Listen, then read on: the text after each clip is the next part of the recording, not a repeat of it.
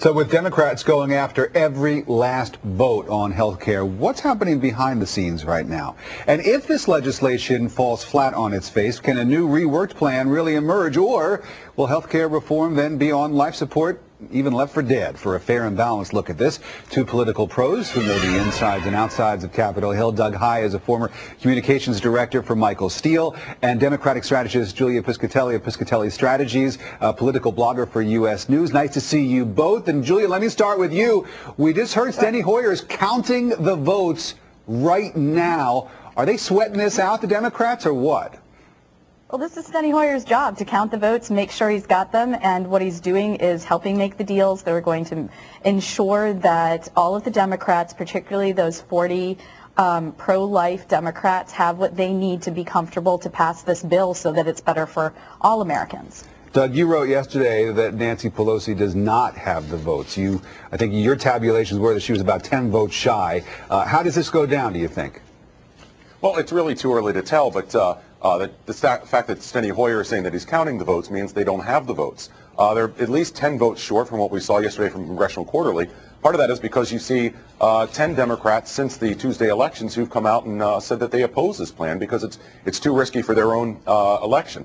You know, I know my brother's favorite country song is Behind Closed Doors from Charlie Rich. That's really where things are taking place right now, and you're seeing a lot of arm twisting, and you'll probably see some bridges to nowhere come through if this bill passes. What a risky strategy, Julia. No, I mean, to bring this to the floor, to look for a vote later on tonight, and to still be counting this late in the game. I mean, I appreciate the fact that Steny Hoyer's job is to count votes, but wouldn't you as a Democrat have hoped that the votes would have already been counted, that they would bring this to the floor with a confidence that they knew that they had the number they needed?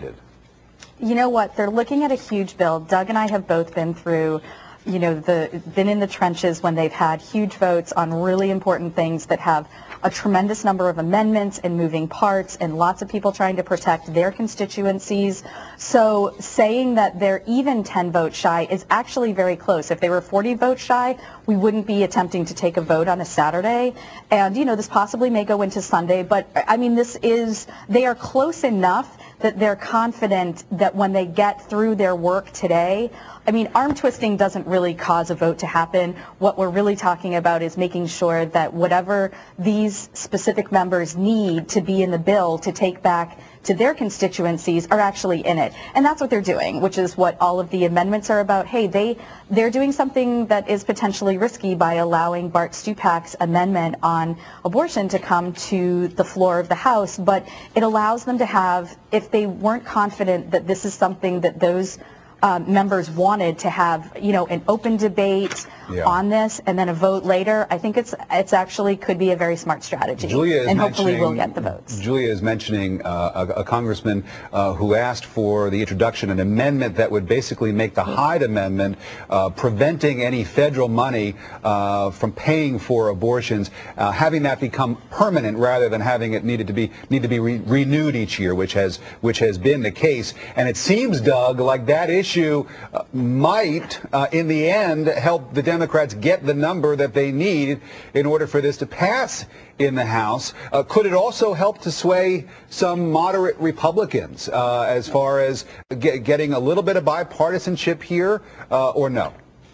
Now, Congressman Eric Cantor, the Republican whip, has made it pretty clear that there won't be any Republican votes. I'll tell you, really part of the narrative that's come out that Democrats have pushed out of the elections with the New York 23 race is that the Republicans are in a civil war. So as a Republican, I'm thrilled to see that there are so many Democrats who are willing to stand up and take a pro-life position. We've seen a lot of voters who are upset about this. You look at the protests that happened just the other day on the Capitol. There were more people there, at least it looked like, than were at the New York Yankees parade yesterday in New York. Voters are really upset about this. They're concerned about what's happening. And if this was such a great idea, if the Democrats had such a great bill, we could have passed this in August when it was first proposed. We could have passed it after Labor Day. We could have passed it before Halloween. We could have passed it before the World Series. Now we're talking about December or next year. It signifies that the Democrats have a real problem here. Well, we'll be watching very closely, and we appreciate both of you coming on this morning to talk to us about it. Julia Piscitelli, Doug Heye, thanks very much again. Anytime. Thank you.